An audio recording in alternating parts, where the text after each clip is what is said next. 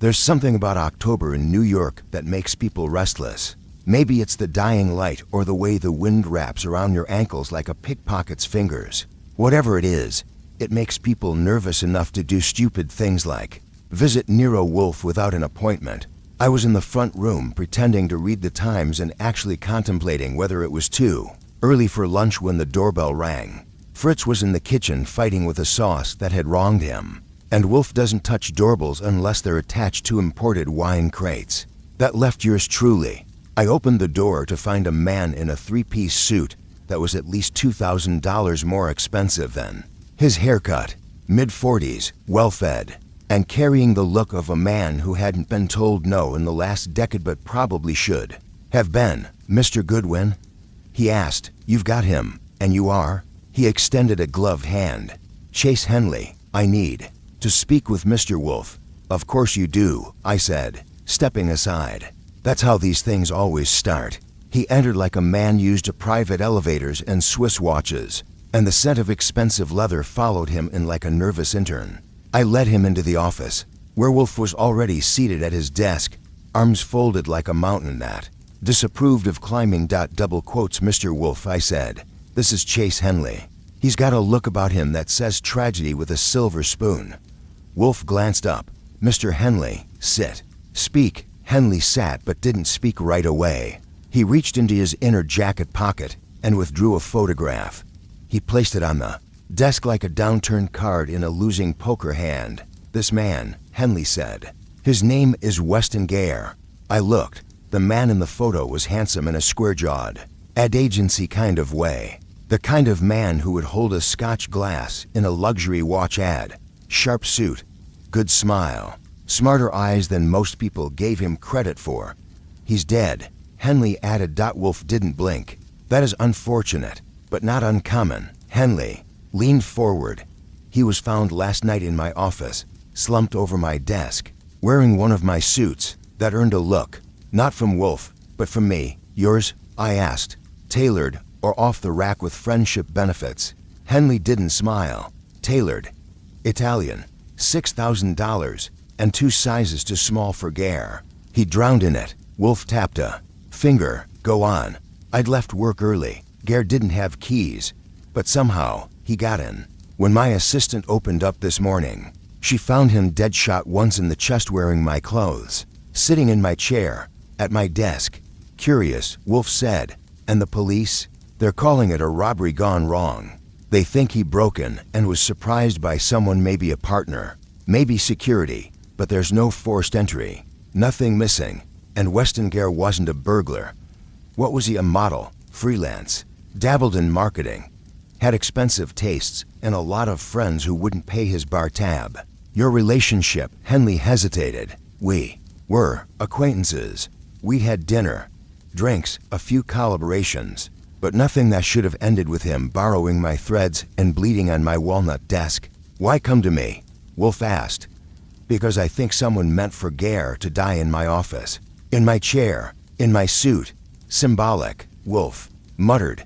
"Crude, but effective." Henley's eyes flit between us. "I'm being set up, or warned. I don't know which." I looked at Wolfe. His expression was blank, which, for him, is basically emotional jazz hands. "You suspect someone specific?" I asked. "Yes," Henley said, "but I can't prove it, which is why I need you." That was the moment I knew. He had no idea how Wolfe worked. Wolfe doesn't chase hunches. He doesn't build cases out of vibes and vendettas. He needs logic, details, motive that smells like rare beef. But Wolfe said nothing. He simply stared at the photograph again. Then, with that same infuriating calm, he spoke. "Phooey, Mr. Henley, what you have brought me is gossip dressed in dread." Henley straightened. "So you won't help?" Wolfe waved a hand.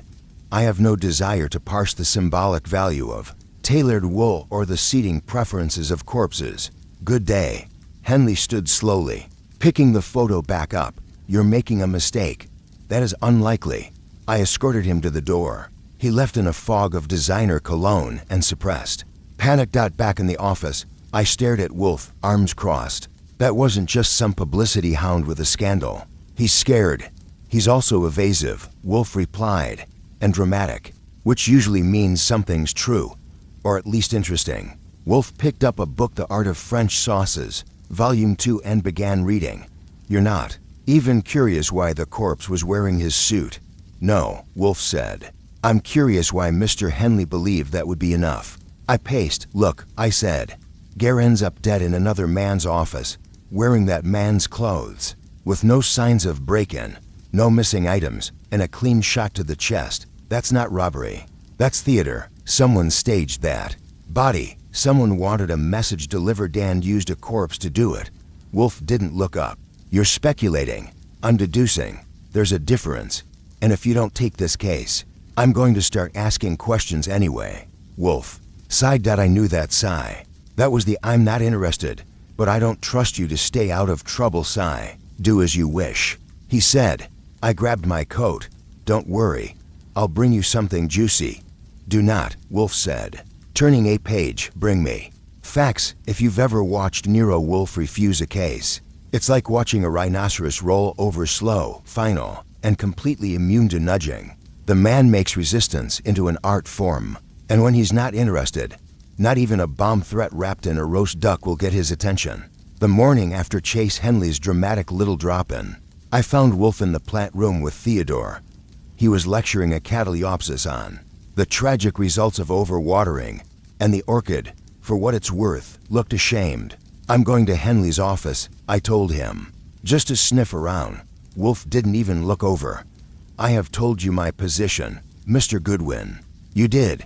It was long and boring and used the word balderdash, which, frankly, should be illegal in 1950s Manhattan. I'm still going, he sighed, which is his version of lighting a firework out of sheer rebellion. You intend to interfere in a police matter only if I find something they didn't, which, let's be honest, is the usual. Phooey, this is grandstanding, not inquiry. The man's story was riddled with evasions, which is exactly why it smells wrong, I said. Henley's scared, and a scared man with secrets is one stiff breeze away from becoming the next dead guy in a bespoke blazer. Excellent, Wolfe muttered. Let natural selection proceed. I leaned on the edge of the greenhouse bench, close enough to risk being pruned. Come on, Wolfe. The guy's not your type, fine. But someone dressed up a body in his clothes, parked it at his desk, and pulled the trigger. That's not murder. That's symbolism. Wolfe adjusted the nozzle on the misting wand. Symbolism, he repeated, as if tasting something unpleasant. We are not literary critics, Archie. No, I said. But we are good at noticing what people think they're getting away with. That got a flicker.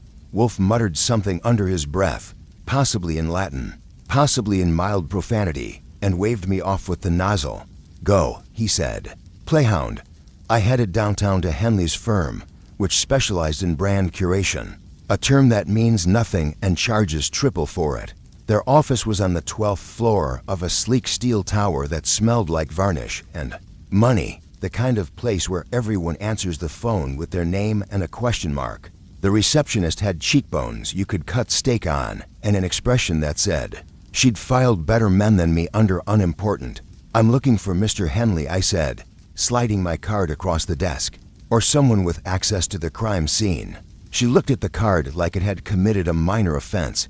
Mr. Henley is out. Indefinitely. That's convenient, I said. So is the corpse still in his chair, or did the police finally scrape him up? That got a twitch. You'll need to speak with Mr. Novak. He's head of operations. Then I'm all ears.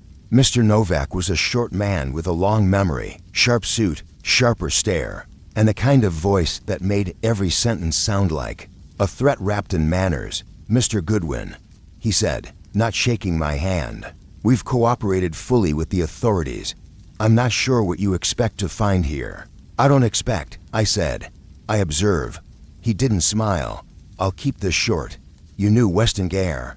Casually, he'd been in the building a few times. Not an employee, not a client, more of a hanger-on. Friends with Henley. Friends is generous.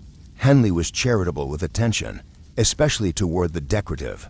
Garr was a professional ornament. Beyond that, I couldn't say. I looked around the office. The door to Henley's was sealed with yellow tape and a NYPD sticker that said, "Do not enter." which I read as more of a suggestion.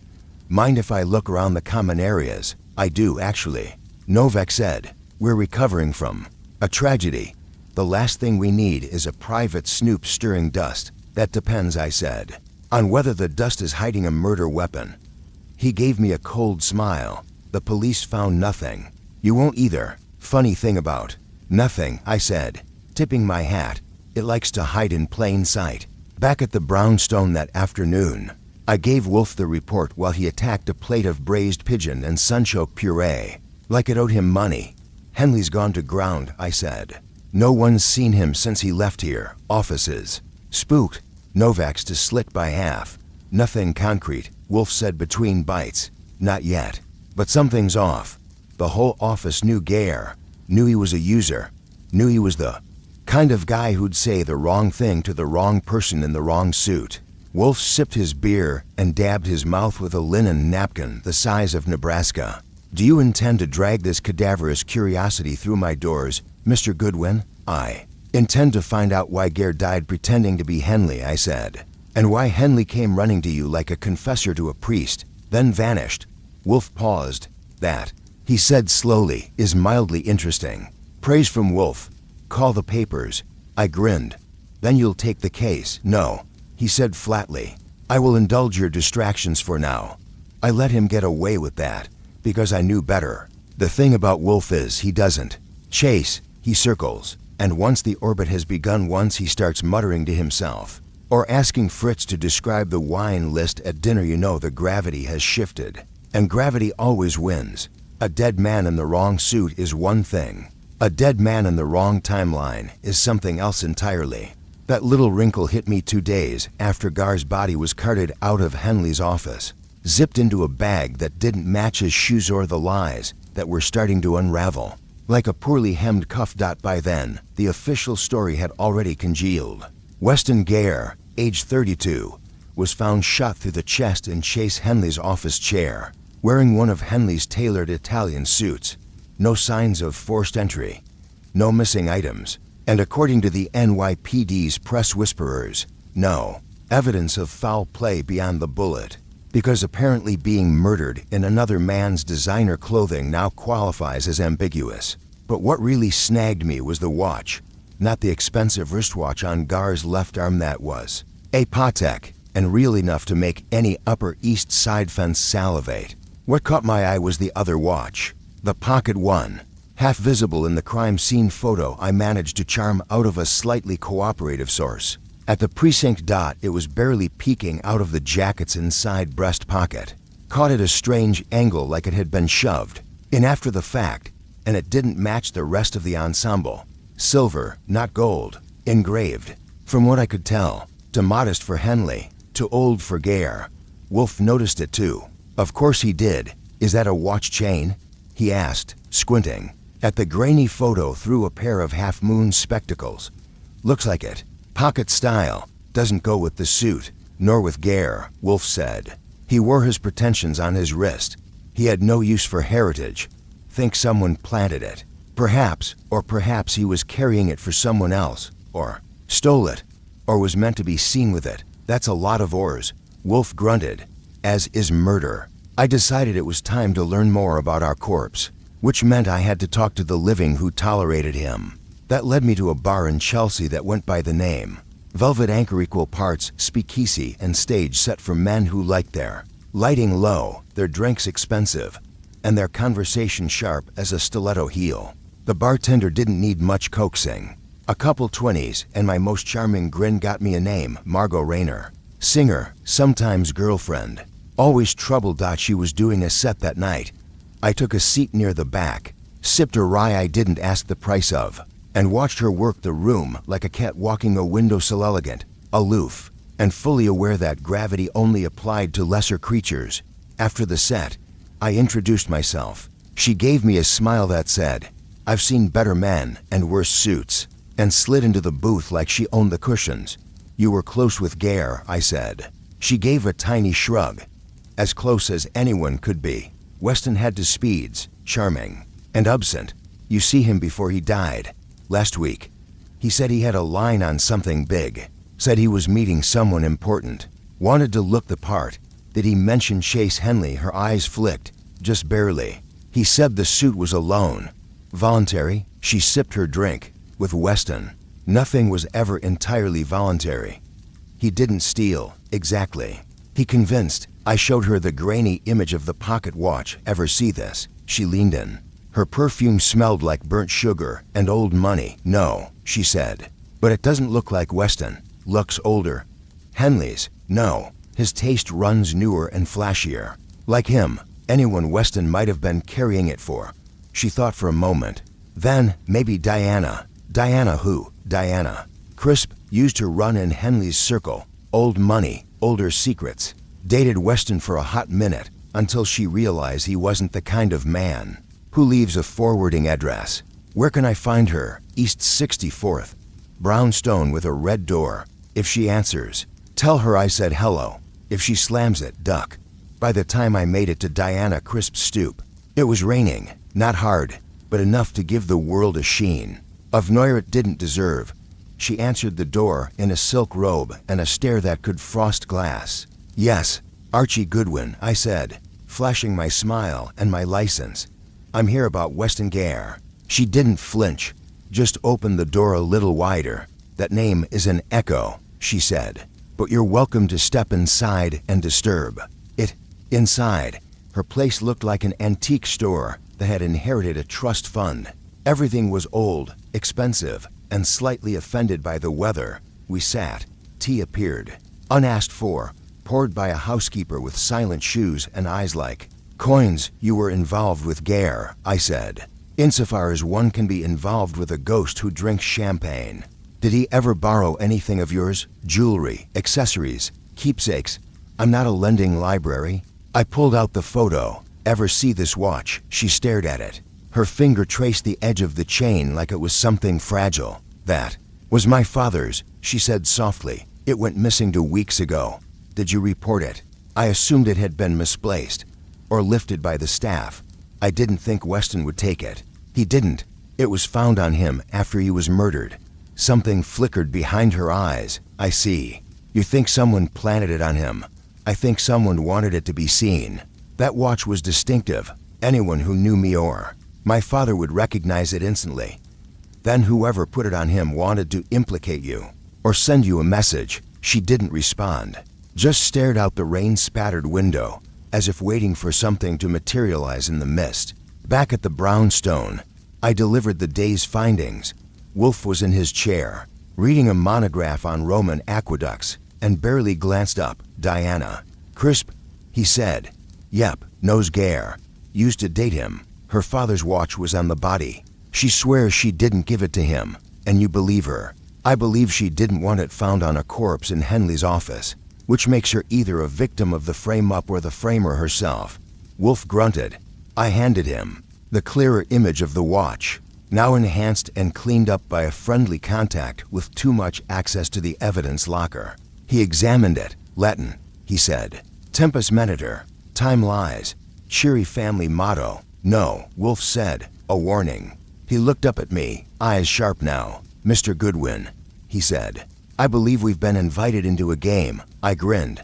And you hate games? Yes, he said. Because I always win. I've always said the city keeps better secrets than the people in it. You can ask a man about the company he keeps, and he'll lie without blinking. But ask his doorman, his tailor, or the guy who butters his toast at the corner diner and you'll get a version of the truth without even trying. So I went hunting, not for facts, exactly. For edges, the little overlaps where people's stories don't quite click into place. And I had a feeling Weston Garr's last few days had more jagged edges than a broken martini glass. First stop was the dry cleaner on 81st Street that Weston used for his flashier suits. The kind of place that puts cedar sachets in your pockets and still charges extra for same day. I slipped the girl behind the counter a $5 and a question. Did Mr. Garr pick up his blue pinstripe last week? She nodded. Monday, just before closing. Anyone with him? Huh? Tall guy, good shoes. Looked like he was in advertising or trouble, or both. I showed her a photo of Henley, clipped from a local society column. His jawline alone had been responsible for several promotional campaigns, and at least 2 affairs. That's him, she said, tapping the photo. They argued. What? About? I didn't hear much. Just something about timing. And wine. Wine, she nodded again. Garr said, I told you I could get it. Just give me 2 days. That was it. I thanked her, tipped another 5, and left wondering why someone would argue about wine in a dry cleaner's foyer. Next stop, Garr's building. Not a bad place for a guy who hadn't worked a legitimate job in years. His landlord, a chunky ex-firefighter named Len, remembered me from a case last summer involving a very talkative parrot and a less talkative mistress. Garr, Len said, scratching his neck. He was flash, talked like a movie star, always late with rent. But when he paid in cash and charm. Anyone see him last week? Sure. Monday night, around 8. He was coming in with a bottle of red in one hand and some folder in the other. What kind of bottle? Fancy. Burgundy, I think. Big wax seal. You could smell the price tag from here. And the folder, leather, thick, looked heavy. You see him again after that? Nope. 2 guys in suits showed up the next morning. Cops, I guess. Then the gurney. That was interesting. Because Garr was supposedly killed Tuesday morning, early, shot in Henley's chair, before anyone else got to the office. But if he'd come home after meeting Henley Monday night alive and carrying evidence, then the timeline was fishy. Very fishy. Someone was shifting clocks round.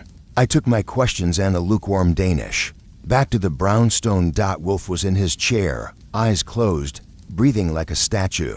I laid out the dry cleaner's account, the Burgundy wine, the leather folder, and the timing discrepancies. I also tossed in Diana Crisp's pocket watch and her claim she hadn't seen Garr in over a week. He didn't open his eyes, but I could see the corners of his mouth twitch. That's Wolfe's version of raising an eyebrow. Wine, he said. Always wine. That bothers you. Everything bothers me, Mr. Goodwin. But yes, wine is specific. Burgundy is deliberate. One does not simply stumble into a bottle of Romani County. It is selected. Maybe he was bringing it to someone, perhaps. Or perhaps he was trading it. For what? Wolfe opened one eye, for silence. That was the turning point. I knew the signs. Wolfe would now spend the next few hours parsing the timeline aloud, muttering Latin at orchids, and accusing Fritz of culinary understatements. That left me free to poke at the biggest loose end in the pile. Chase Henley himself. The man had vanished into the kind of social mist only the very rich and very embarrassed can afford. No press statements, no sightings. Just a trail of quiet apologies from his firm's PR department and a press secretary who said he was taking time to process his grief, which is public relations code for we've hidden him somewhere with valet parking and controlled Wi-Fi.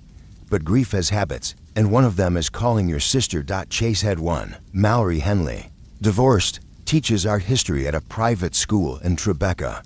I introduced myself with my usual charm, a made-up claim about working on a private commission and a genuine appreciation of her miniature bonsai collection. She poured tea. I lied politely. Then we got to her brother.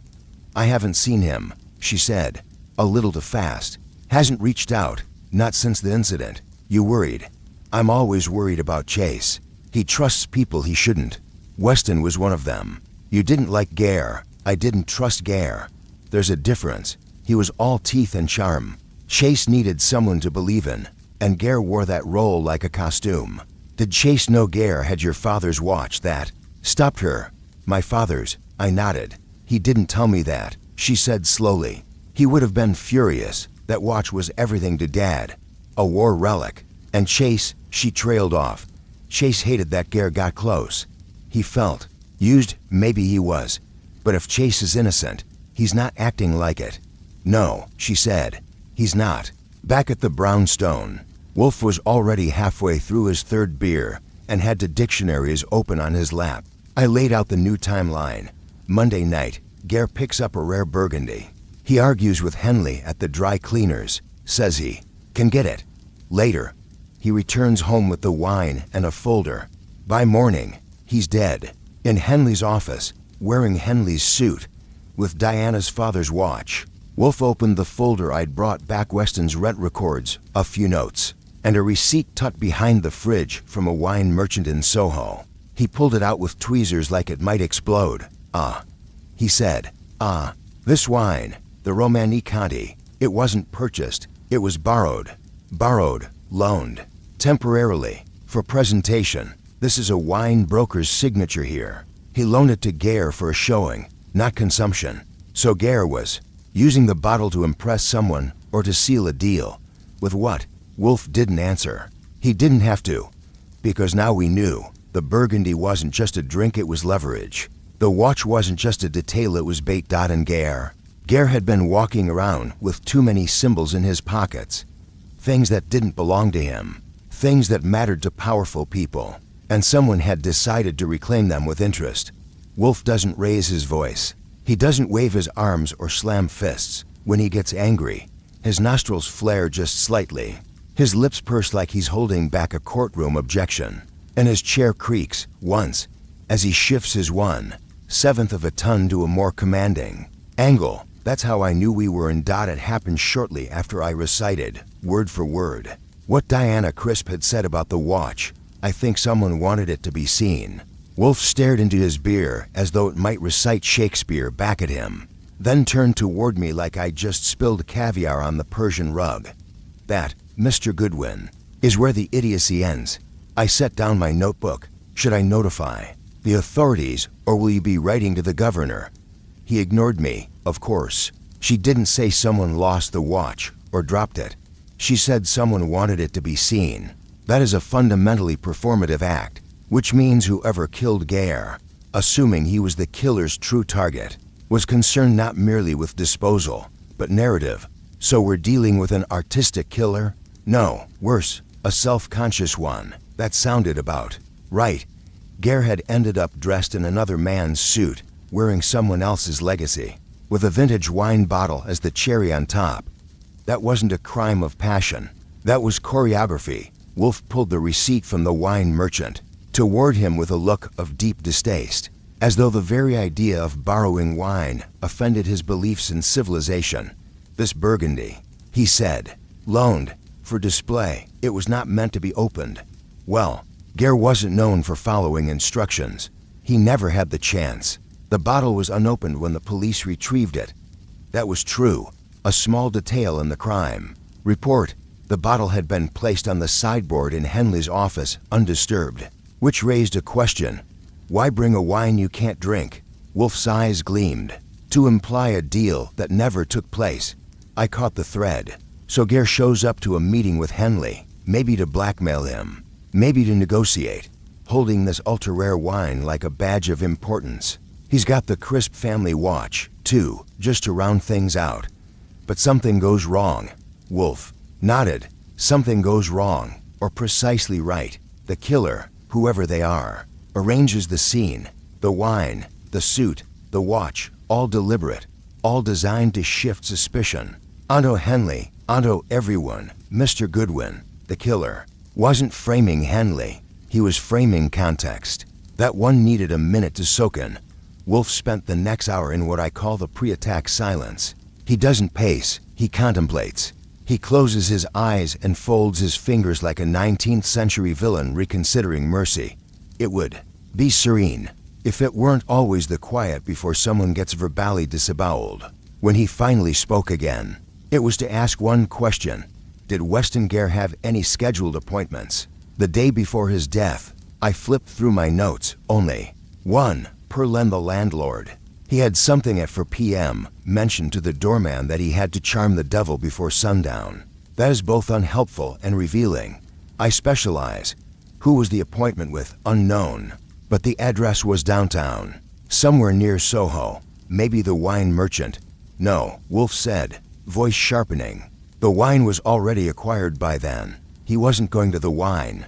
He was going to someone he needed it to impress. That narrowed it down. So who's devil enough to make Garr nervous, rich enough to recognize the Burgundy, and cold enough to kill him without a scene? Wolfe steepled his fingers. Someone who understands appearances, someone who believes in narrative, and someone whose proximity to the Crisp family legacy grants access to that watch. I exhaled. Diana. She claims no recent contact with Garr. She claims the watch was stolen. But if you were placing a watch meant to be seen, would you not want the original owner in the room when it was discovered? Henley's office. Wolfe nodded, and Henley and Diana were lovers. Were they not? I blinked. No. She said she barely tolerated him. Wolfe gave a noise that could have passed for a laugh if it weren't loaded with contempt. That is not denial. That is a vocabulary sleight of hand. I made a note. I'll dig. You'll do more than dig. You'll invite. He turned to the phone on his desk like a conductor facing an orchestra. Have Miss Crisp for dinner. And Mr. Henley, if he can be lured. Inform them that I wish to clarify some details before this becomes unpleasant for everyone. That should suffice. Dinner at Wolfe's, I said, raising a brow. Isn't that like letting the fox into the peacock garden? I do not serve peacocks.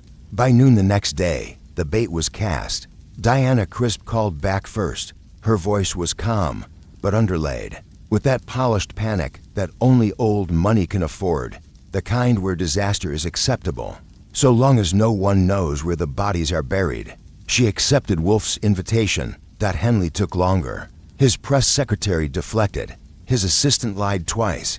Finally, Mallory Henley called me from her school office and asked simply, "Is this really going to clear his name?" "No," I said, "but it might keep it from being buried with someone else's." He showed up the next evening in a three-piece charcoal pinstripe and the kind of expression usually reserved for lawyers and invasive surgery.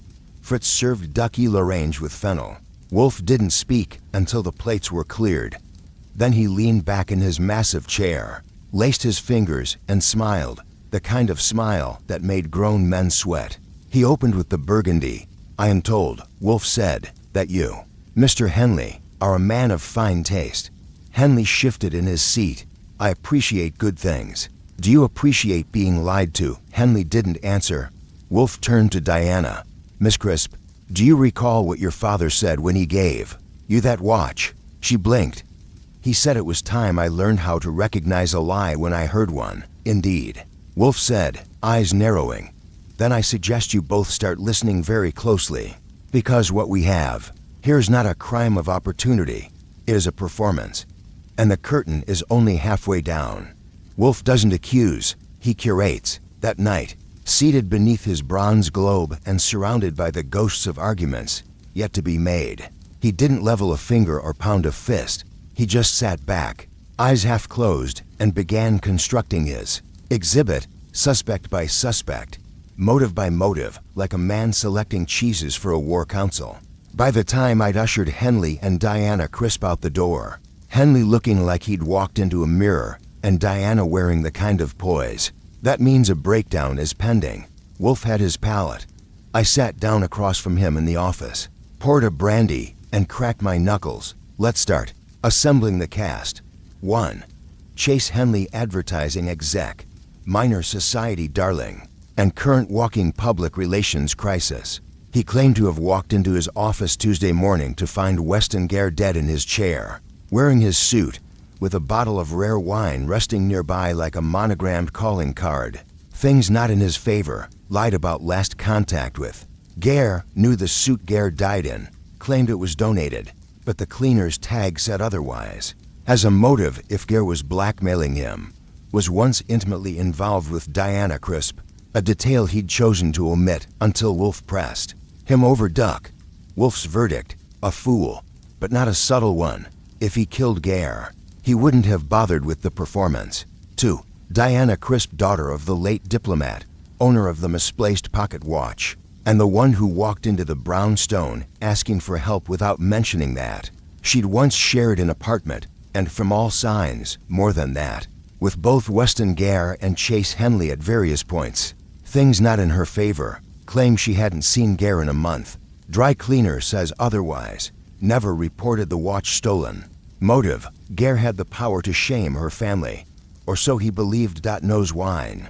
The Burgundy meant something to her. I caught the flicker in her eyes when Wolfe named it. Wolfe's verdict, she's frightened, but not by us. She's afraid of what's already been done. That makes her more dangerous than guilty. 3. Margot Vance, Soho gallerist, professional enigma, and Garr's sometime partner in schemes of questionable legality and definite style.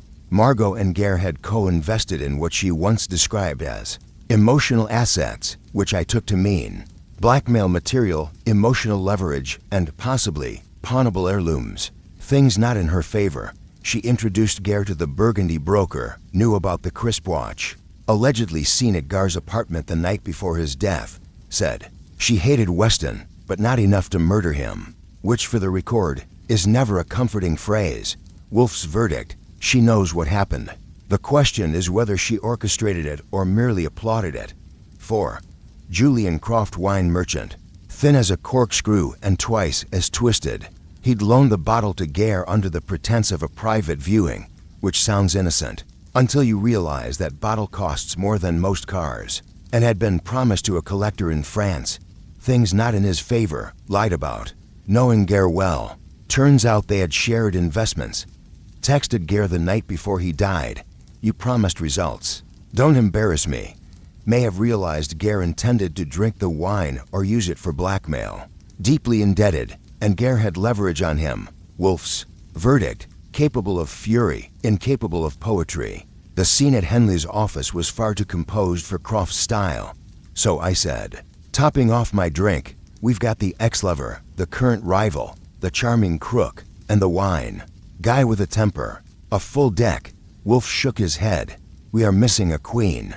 That's Wolfe's way of saying someone important hadn't yet stepped onto the stage. Not literally a woman, though he wouldn't rule it out, but someone around whom the center of gravity rotated.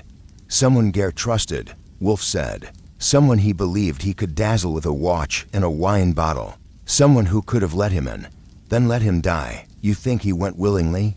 He arrived with trophies. That suggests anticipation, not fear. I spent the next day tailing Julian Croft, hoping for a sudden confession or a conspicuous shred of guilt in his cashmere scarf. What I got was a lot of overpriced espresso and a surprisingly candid phone call. He was standing outside his wine boutique when he saw me inside, like a man who just found a stain on his vintage decanter.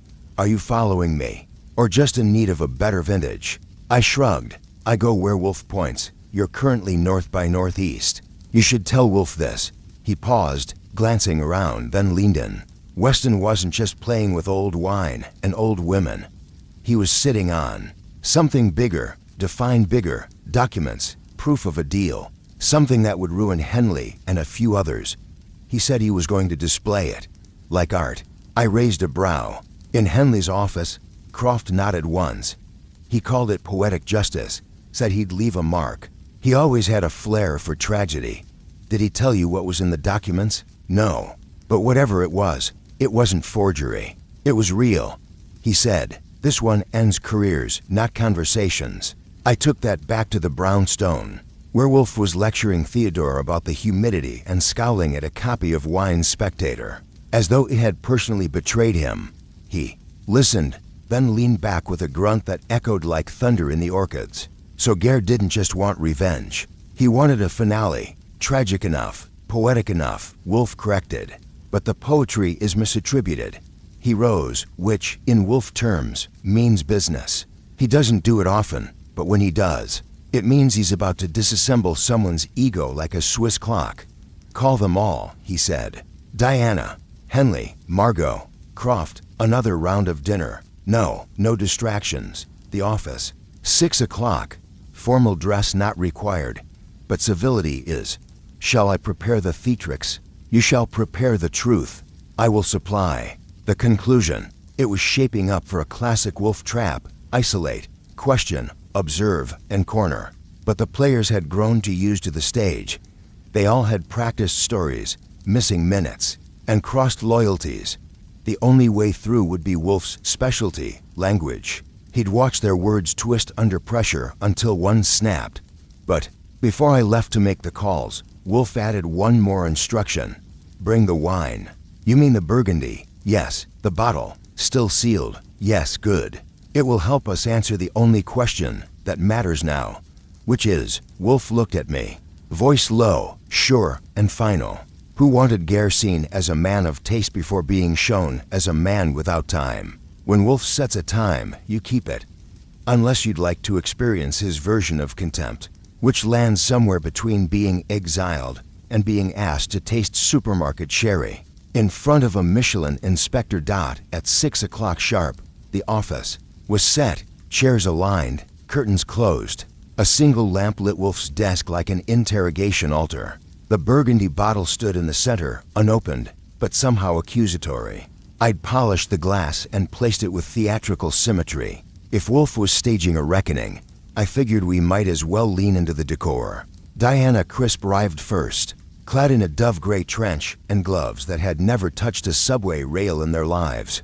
Chase Henley came 10 minutes late, apologized, in the tone of a man used to getting away with it, and promptly tried to charm Fritz into a brandy. Fritz declined with the efficiency of a diplomat denying asylum. Margot Vance followed, black boots clicking against the parquet, and gave me a wink that made me check my wallet. Julian Croft slid in last, pale and drawn like he'd tried to meditate. Away guilt and only gotten heartburn. Wolfe didn't greet them. He simply looked up from his chair and gestured for silence, like a conductor about to start a requiem. "This will be brief," he said. "You could have sliced the tension and served it with mustard." "I have gathered you here," Wolfe continued, "not out of suspicion, but out of necessity. Weston Garr died wearing a suit that didn't belong to him, beside a bottle that shouldn't have been there, and with a watch that was stolen though no one thought to report it. That is not coincidence, that is performance, and whoever directed it did so with an eye for composition, but they made a single error." He paused. One eyebrow crept up. They assumed everyone else was watching the stage. I, however, have been reading the script.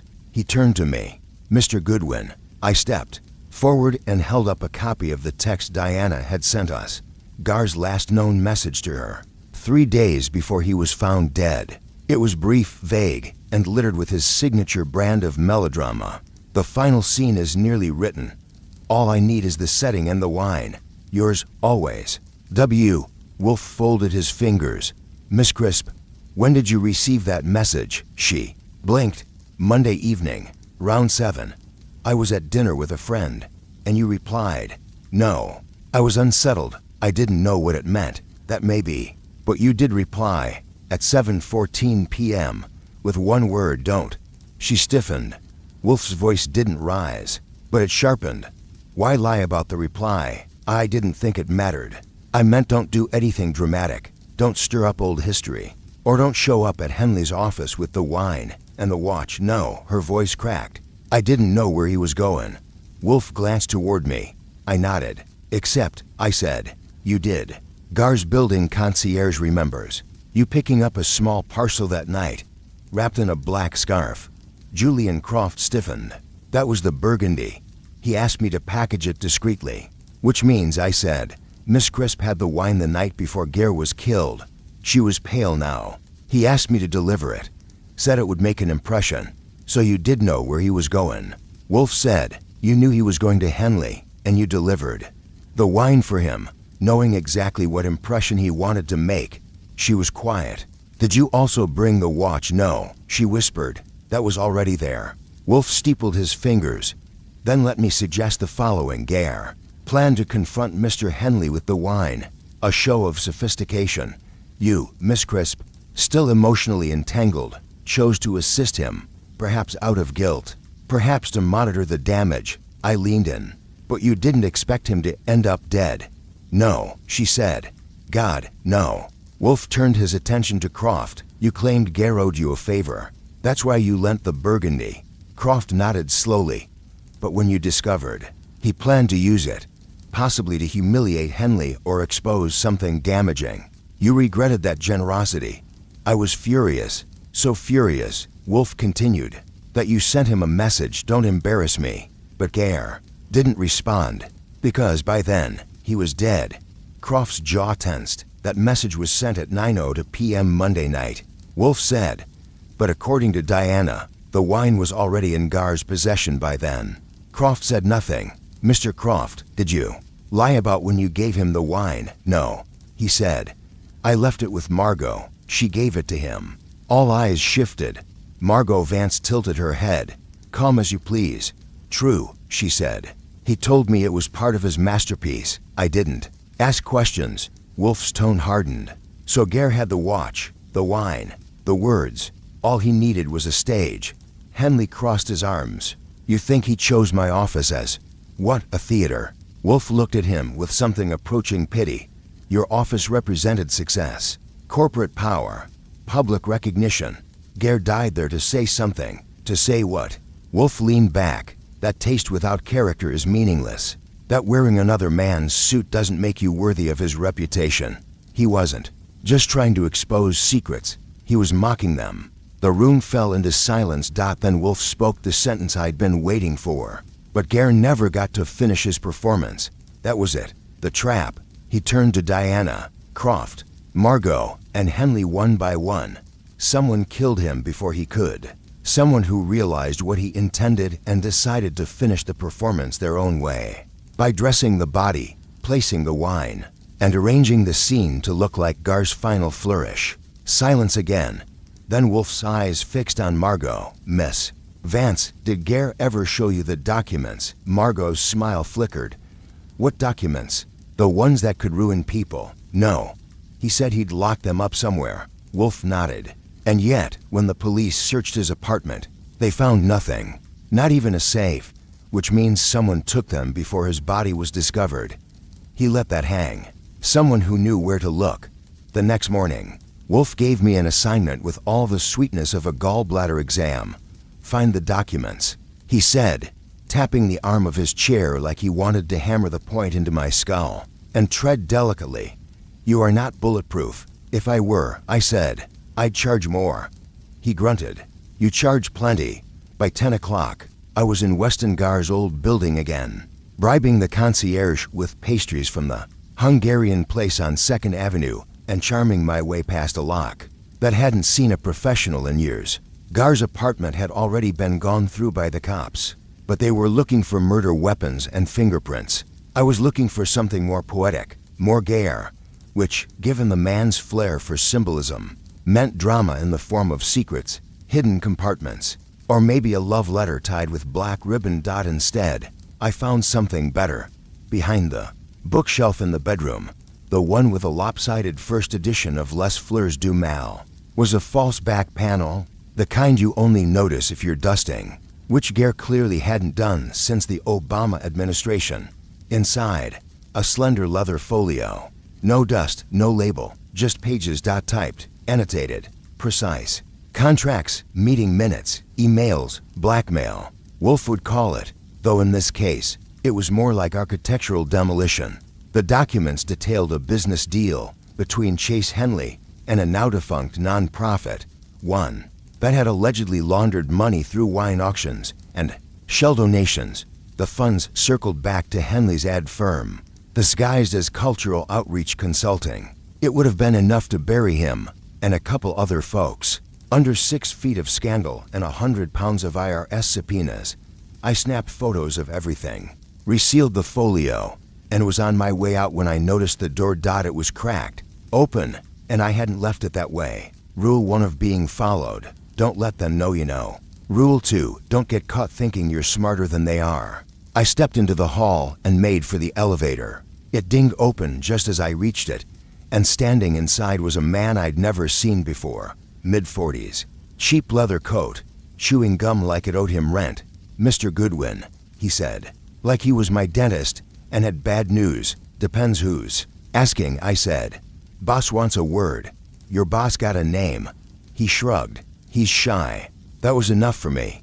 I stepped back from the elevator, turned on my heel, and took the stairs. 3 floors down, I ducked out a side exit and cut through the alley. I knew the city better than I knew some family members, and I wasn't about to be walked into a van with tinted windows and no interior handles.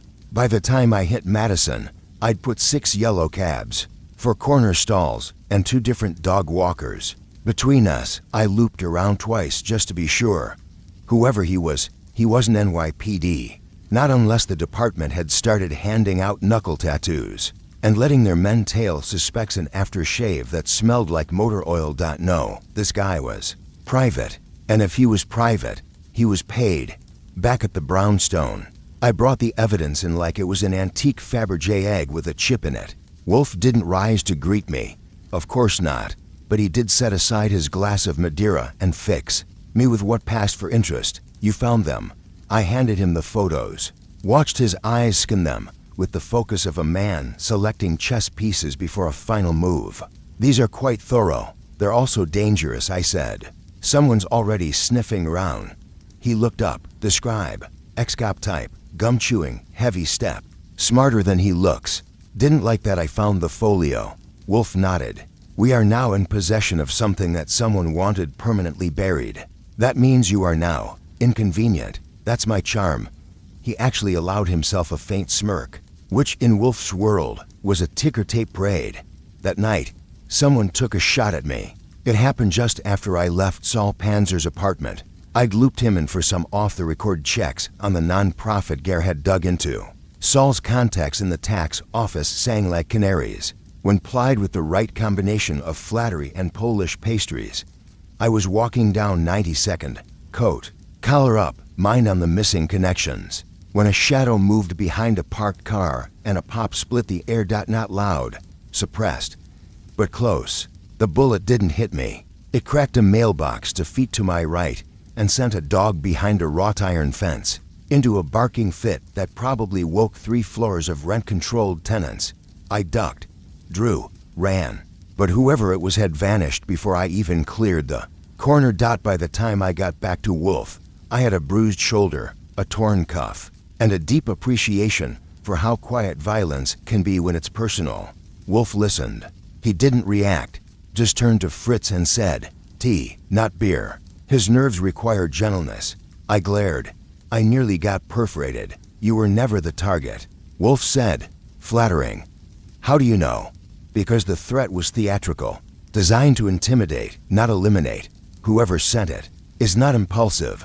They are calculating. He tapped the photo of the contract. This isn't just about Garr's death. It's about what comes next. We had the motive now. Garr had discovered a financial scandal involving multiple parties. He planned to reveal it in grand, theatrical fashion and perhaps ruin the reputations of several people in one final, wine-drenched soliloquy. Someone found out, and someone decided the play didn't need a final act.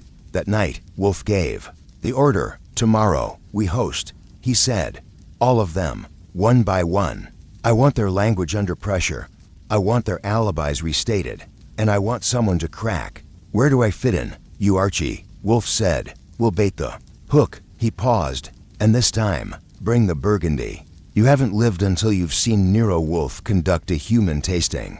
It doesn't involve forks or flutes, but make no mistake, it's a connoisseur's ritual. He invites his suspects one by one, seats them under the scrutiny of that oversized office chair of his, and proceeds to swirl them gently with questions until their character or their guilt decants itself. On the morning of the tasting, I laid out the battlefield, notebooks, pens, ashtrays. An unopened bottle of Burgundy perched exactly where Weston Garr would have placed it, in full view. An accusation in glass. Wolfe doesn't drink Burgundy, but he understands a symbol when it's part of the narrative.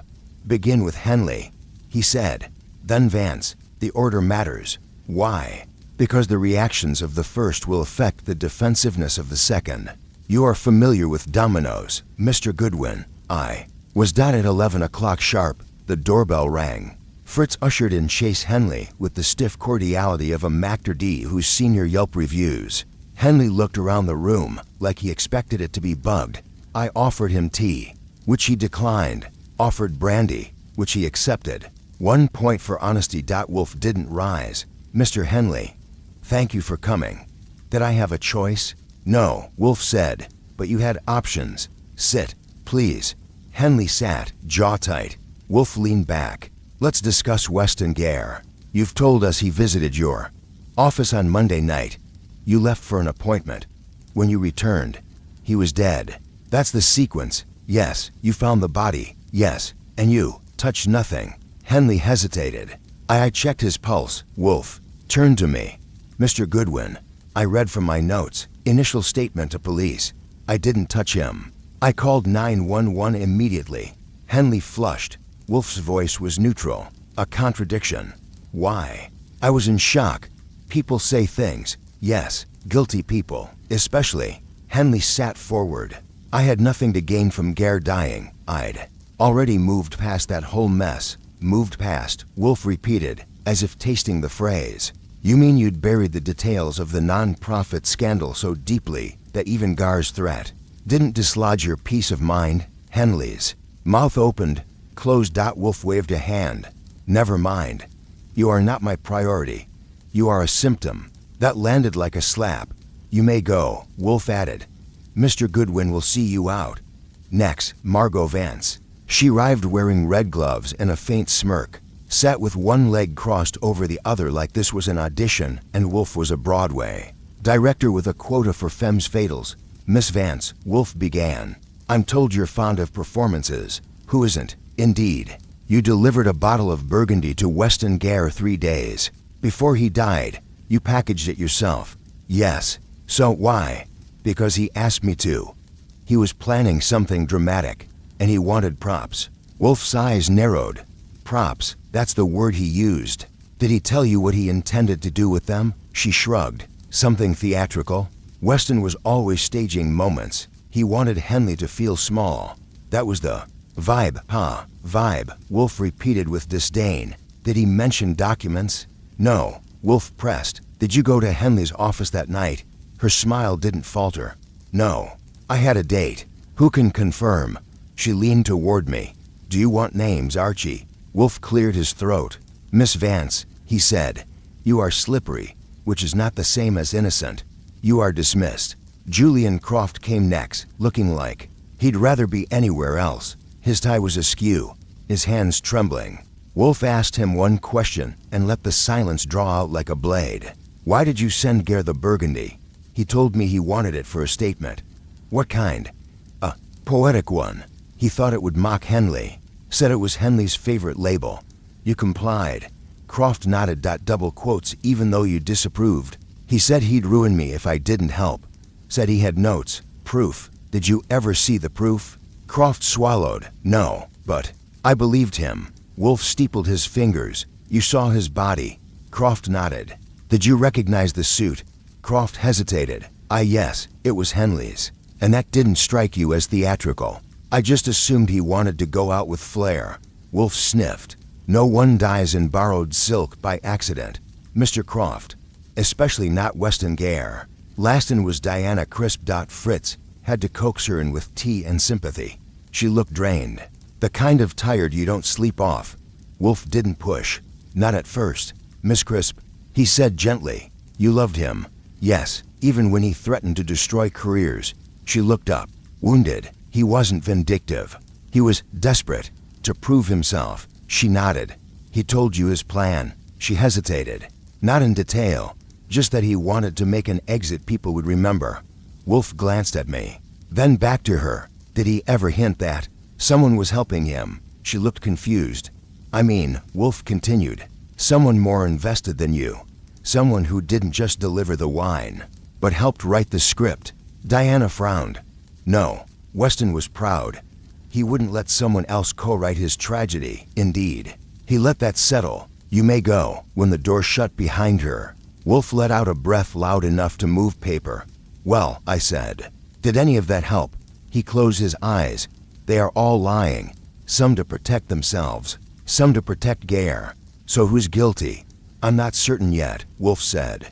But one of them knows where the documents are now. He tapped the table, and we are going to make them bring them to us. If the truth had been walking slowly toward us with a hand in its coat pocket. The next day it broke into a sprint and fired a warning shot. The twist came at 7:15 a.m., which, as anyone familiar with Nero Wolfe's household knows, is the equivalent of calling an opera singer mid-dream and asking them to perform the final aria cold. I was in the kitchen nursing coffee and reading the sports section when Fritz answered the phone. He listened, nodded, and then peeked into the breakfast alcove where I was camped, for you. He said, Inspector Kramer. He said the words now, damn it, and no excuses. I took the phone. This better be about the World Series, Inspector. No, Kramer growled. It's about Diana Crisp. She's dead. I sat upright. What? Jump door was pushed from her 4th-floor balcony around midnight, landed headfirst in the alley behind her apartment. Neighbor heard something. Cops showed up 5 minutes later. She was still warm. I pinched the bridge of my nose. Suicide. We're not sure. No note, no history. And her windows were locked from the inside. Except one latch was broken. Could have been an accident. Could have been her. Could have been someone else. I glanced at the wall clock. And you're calling us why? Because Wolfe had her in that damned chair of his less than 12 hours ago. And I'm betting whatever pressure you do applied cracked something loose. We didn't touch her. Spare me, Kramer said. If Wolfe breathed in her direction, she probably left with a hairline fracture in her psyche. I want both of you to sit tight, and I want to know everything she said. She didn't say much. Then give me what she didn't say, in detail. Wolfe did not take the news well. He was in the plant rooms when I found him, inspecting a stubborn odontoglossum hybrid that had refused to bloom since the mayor's second term. When I delivered the headline, Diana Crisp dead in fall from balcony, he didn't speak for a full 30 seconds. Then, phooey, which, for the uninitiated, is Wolfe's version of a primal scream. He returned to his chair, hands clenched together like he wanted to strangle his own brain. I filled him in on what Kramer had told me. The lack of a note, the broken latch, the timing. Coincidence? I asked. Wolfe stared out the window. Nothing about this case has been coincidental. You think she knew something more? Then she realized. Garr trusted her, admired her, perhaps even underestimated her. She didn't strike me as a saboteur. She wasn't, Wolfe said. But she might have been a custodian. I frowned. You mean the documents, or something else Garr left behind? At 10 a.m., the doorbell rang. It wasn't a suspect this time. It was Saul Panzer. Trench coat dusted with snow and a look on his face that said this won't be pleasant. He came into the office, sat across from Wolfe, and pulled a manila envelope from inside his coat. Found this, he said. In a PO box Diana Crisp had been renting under her sister's name. Used once.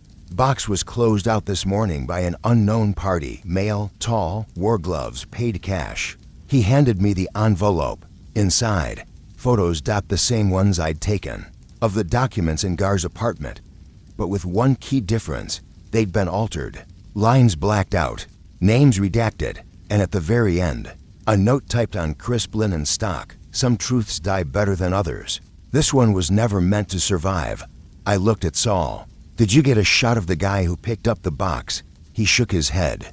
Was gone before the clerk realized the ID was fake. Wolfe reached for the envelope like it offended him by existing. A counterfeit truth. He muttered.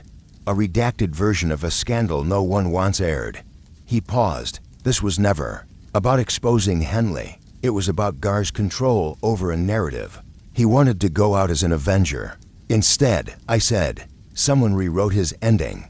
By lunch, we had the full roster of suspects back on the board, with new wrinkles beside their names.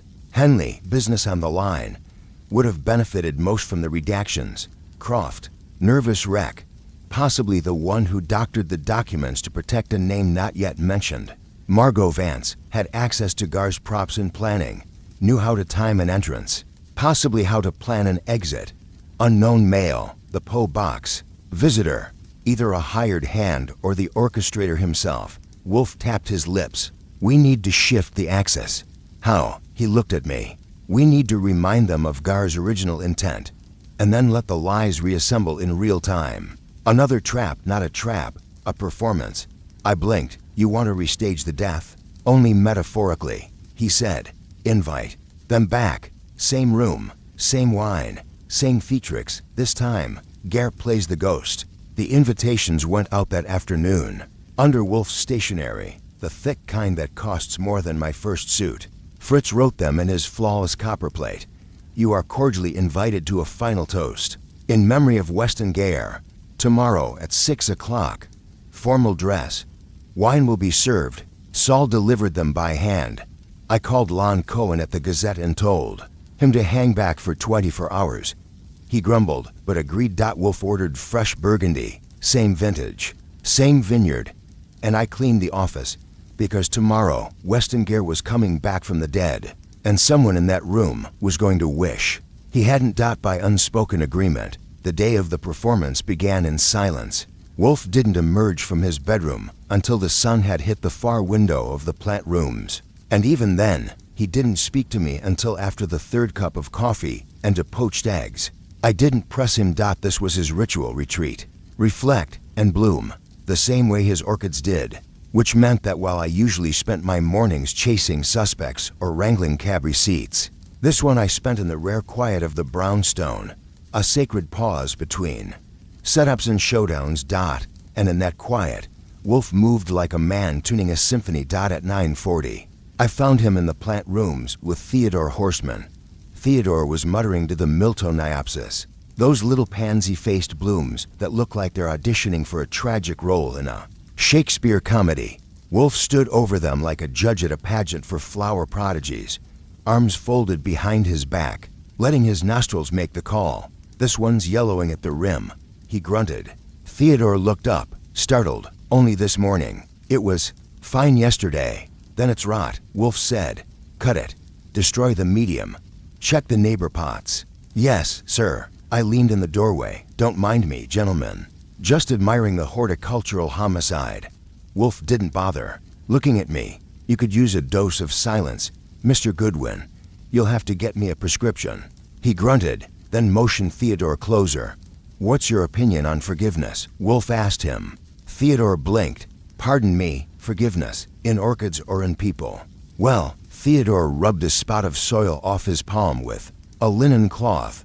Orchids can't forgive. They can only respond to care or neglect. But people are always pretending to forgive, usually so they can keep the upper hand. Wolfe's mouth twitched. Astute. I raised a brow. Philosophy before lunch? Is this the new routine? No, Wolfe said. It's an old one, revived by necessity. Back in the kitchen, Fritz was preparing the menu for the evening toast. Wolfe had given strict instructions: Burgundy, decanted but not chilled. One type of cheese, aged COMTE acute. Crackers, no garnish. No other food, no dessert, no distractions. Simple, I said, watching Fritz turn the comp over in his hand like a jeweler evaluating a sapphire. Elegant, Fritz corrected, and deliberate. I'll say, this cheese costs more per ounce than my watch. Fritz arched an eyebrow. Then you need a better watch. I poured myself more coffee.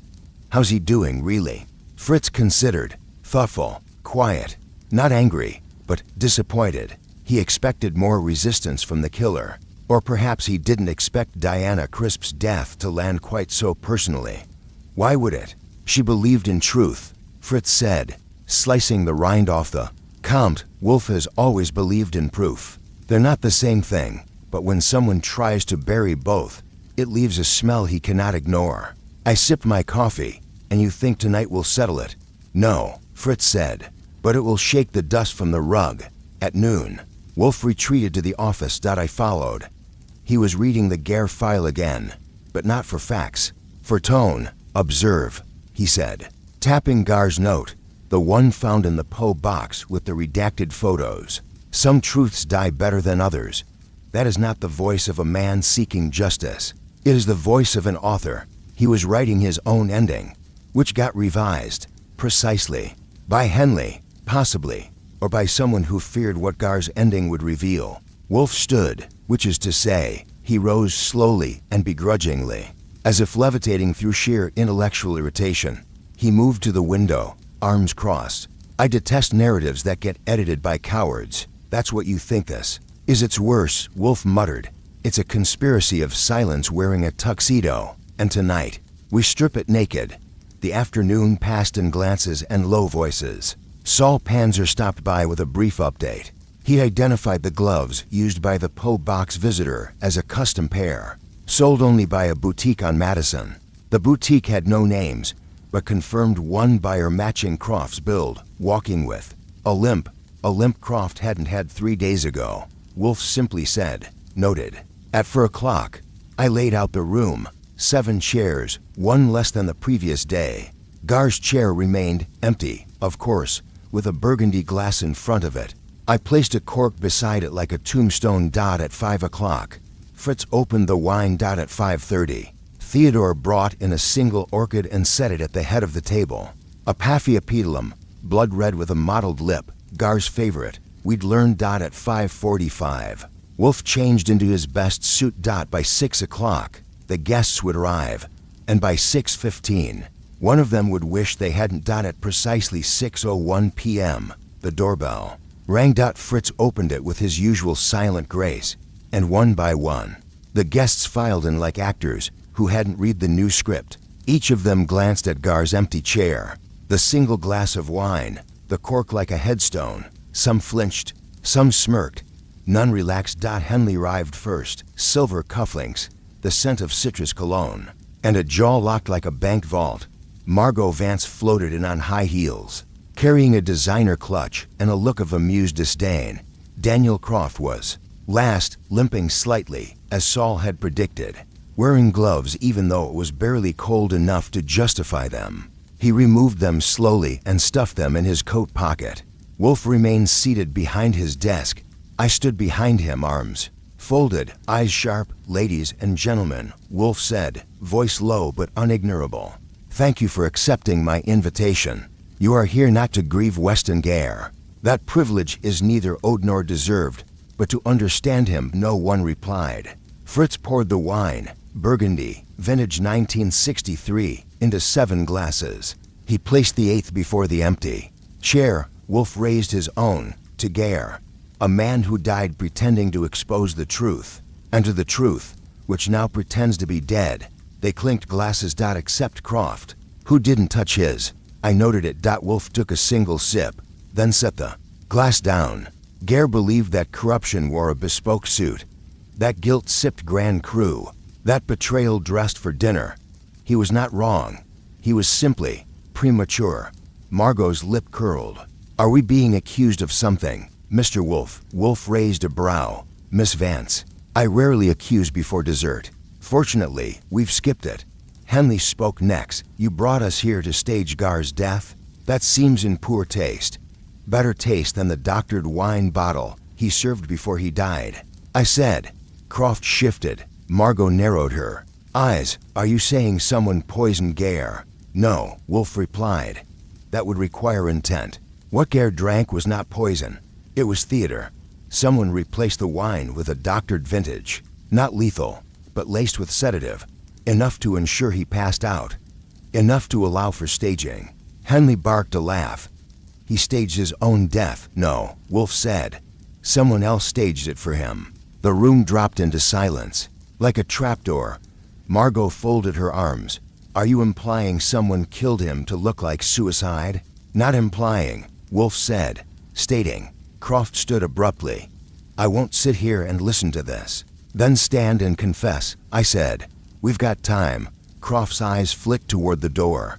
That was when Henley snapped. "You want a confession? Fine." Every head turned. Henley stared at Garr's chair like it might answer him back. He wanted to destroy me. Over what? A speech, a missed partnership. I made a mistake, yes, but not one worth this.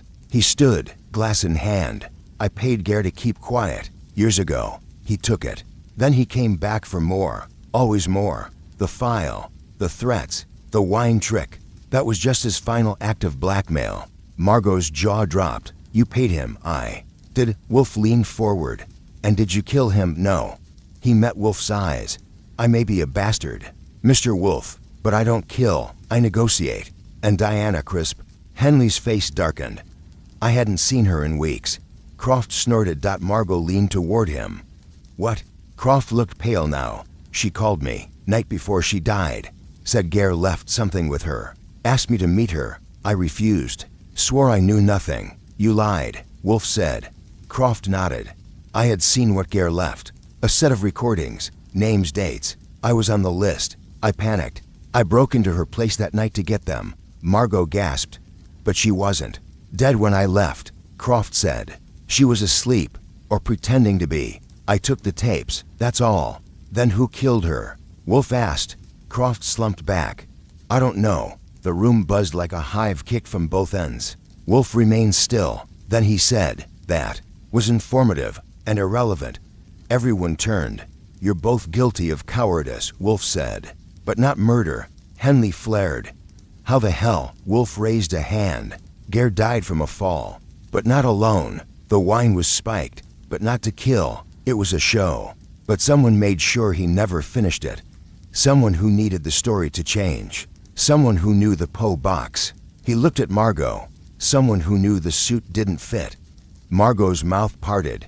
You loved Garr, Wolfe said, and hated him. You knew what he was trying to do, but you also knew what it would cost. You didn't kill him, not with poison, not with knives, but you made sure the ending fit the lie. Margot whispered, you don't know anything. I know you altered the tapes, recut the narrative. I know you told Diana to keep quiet. And when she didn't, she slipped. Margot snapped.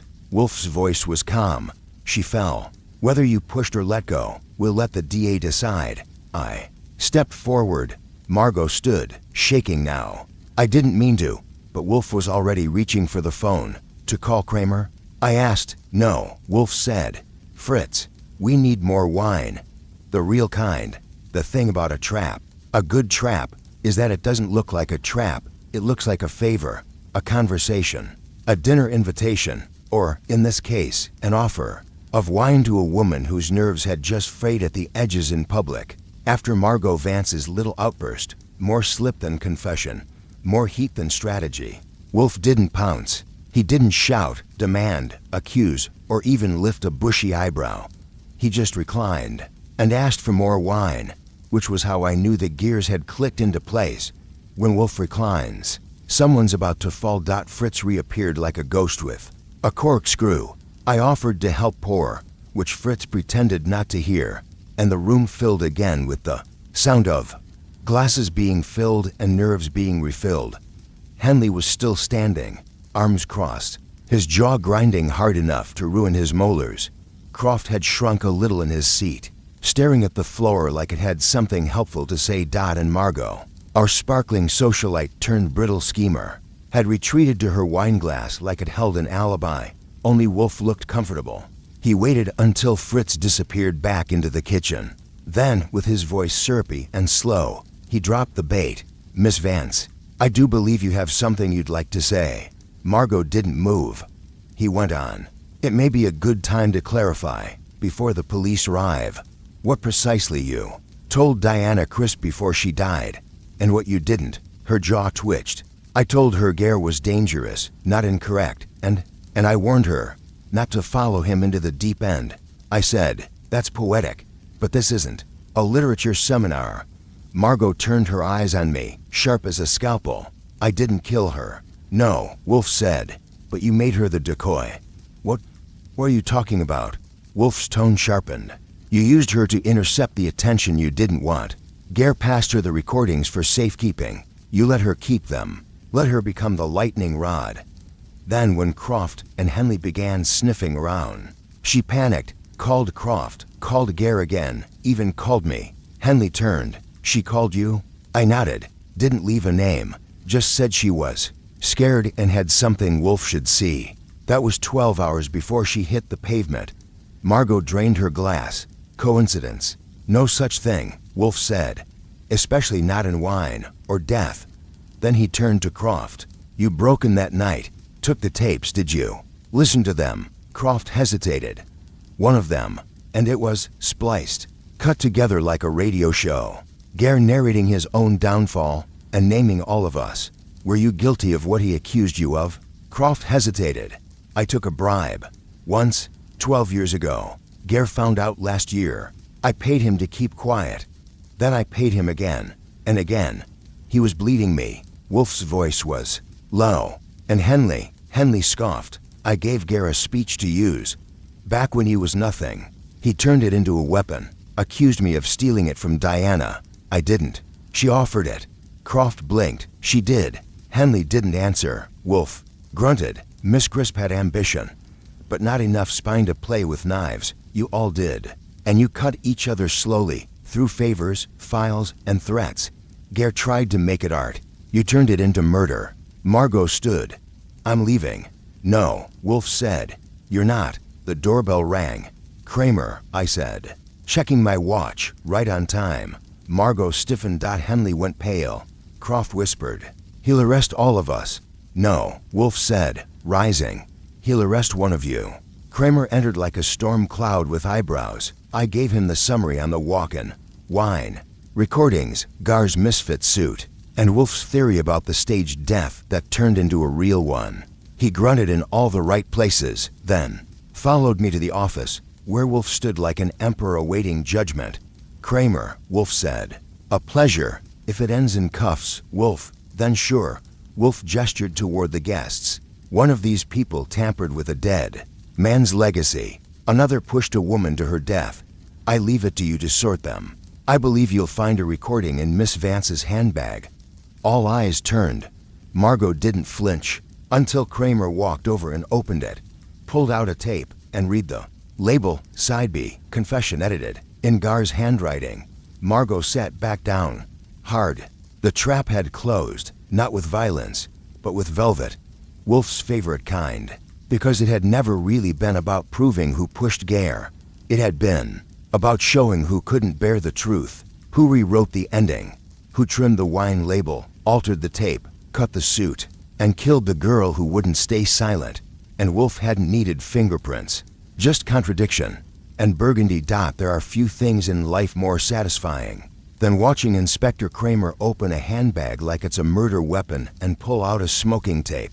Especially when Nero Wolfe hasn't even left the house to make it happen.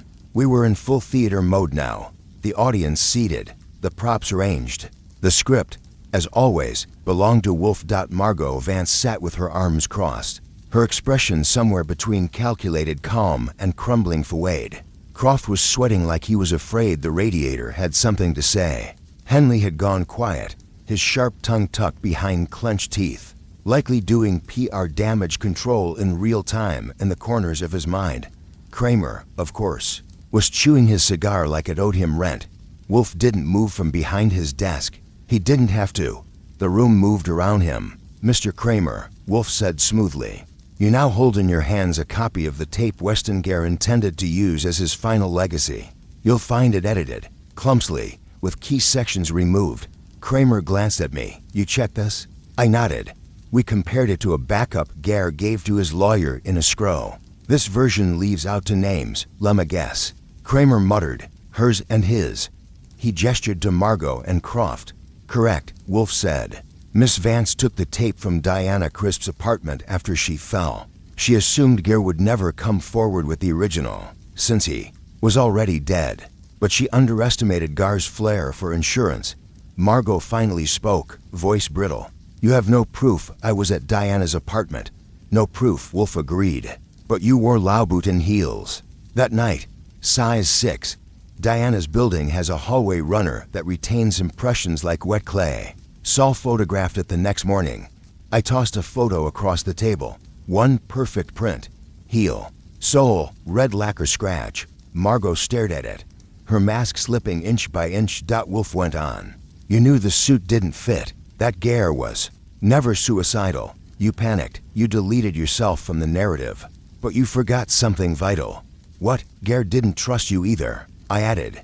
"He mailed a second copy of the uncut tape to his lawyer the same day he left. The first at Diana's. The lawyer was under strict instruction to release it only if Garr died under suspicious circumstances." Kramer nodded. "And the suicide note didn't match his handwriting?" "Of course not," Wolfe said. "Because Garr didn't write it." He turned to Henley. "Do you deny typing it?" Henley flinched. "What?" "The phrasing was yours," Wolfe said calmly. "Some truths die better than others. You used that same phrase in a commencement address 6 years ago.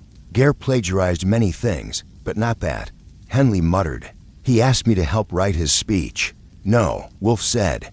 "He didn't. You tried to frame his death as poetic. But poetry doesn't survive autopsy. The wine was spiked with chloral hydrate, just enough to render Garr unconscious, not enough to kill." Kramer frowned. "Then who gave him the push?" Wolfe looked at Margot. "She did." "She said nothing," he went on. "After Garr passed out, she found him, saw the staging, panicked that his version of the story might still expose her. So she dragged his body, arranged the scene, and gave him a little nudge, down the stairs. The fall did what the wine could not." Croft groaned. "Jesus." Henley looked like someone had hit mute on his entire soul. Wolfe sat back. "I admit," he said, "I nearly missed it. until the wine bottle turned up with two fingerprints, one from Garr, one from someone with a ring indentation on her right index finger. I nodded. Margot wears a vintage Cartier on that finger. It left a dent in the glass.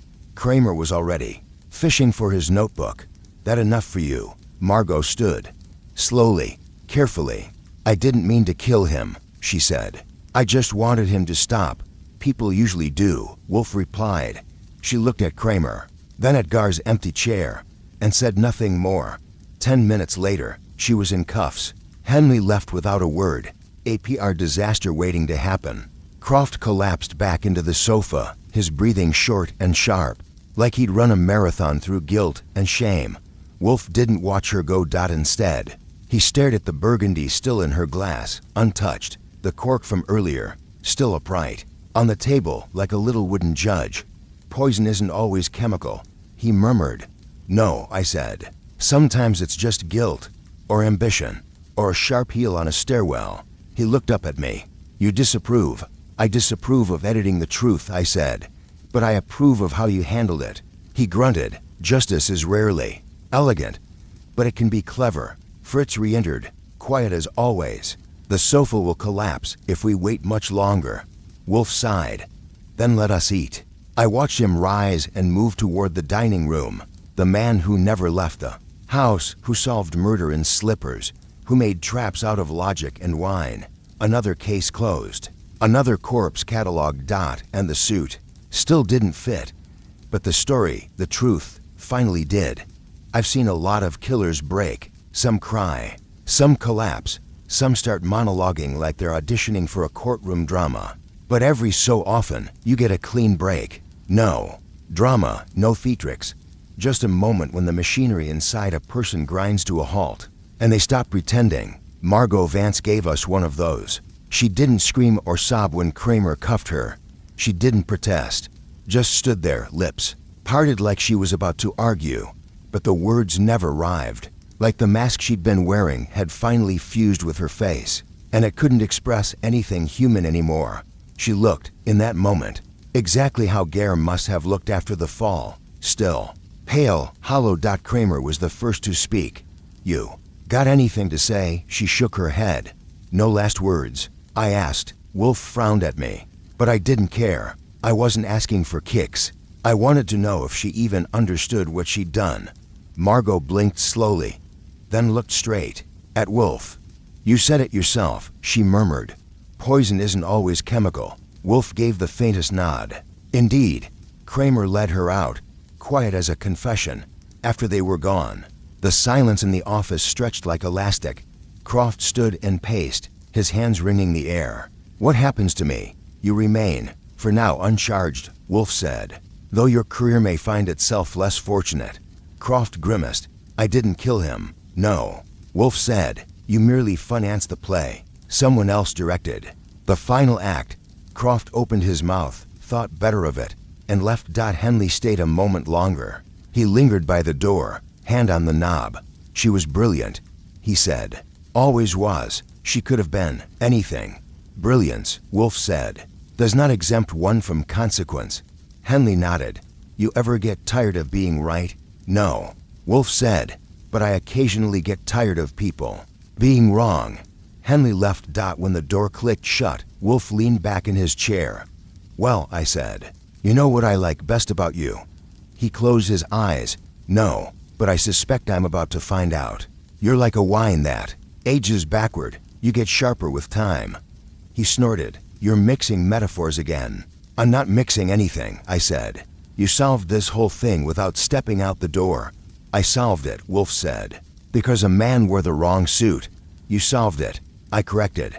Because you paid attention to the people who thought they could edit the truth and get away with it. Same thing. He reached for the last of the Burgundy, poured a final half glass. To Garr, I said. To his obstinacy, Wolfe replied.